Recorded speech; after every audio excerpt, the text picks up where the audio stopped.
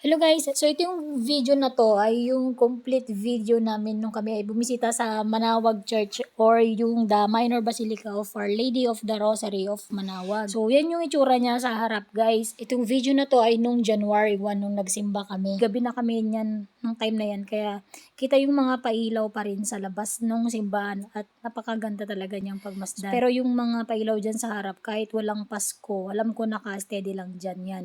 Tapos yan yung itsura naman sa loob. So punong-puno ng tao nagsisimba. Tapos sa likod, meron tayong tirikan ng mga kandel or yung tinatawag na candle gallery. So pwedeng kumuha dyan ng kandila at walang bantay, maghuhulog ka na lang ng coin dun sa may box.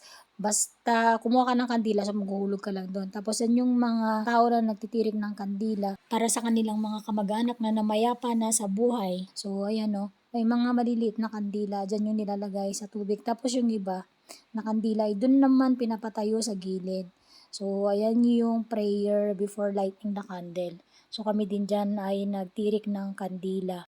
Ayun no, so yun yung maliliit lang yung nakuha namin kandila, papayat. Tas naglagay din kami dyan. Ayan. Mainit dyan guys, as in. Kasi maraming nagtitirik ng kandila. Sa likod, meron ding pa-blessingan ng mga sasakyan pero wala lang akong video nun. Tapos meron ding rebulto ni Mama Mary dyan sa gitna.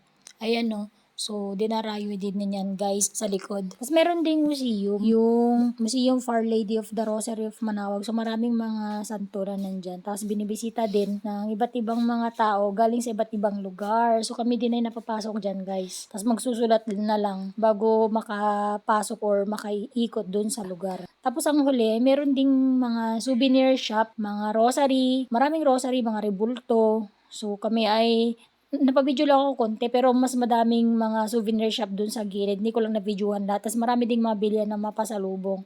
Pero yan ay dun sa harap lang sa gilid. So konti lang yung na-video ko dyan. Yun lang guys. Salamat sa panonood lagi ng aking mga video. Tapos sana ito hanggang sa dulo. Bye!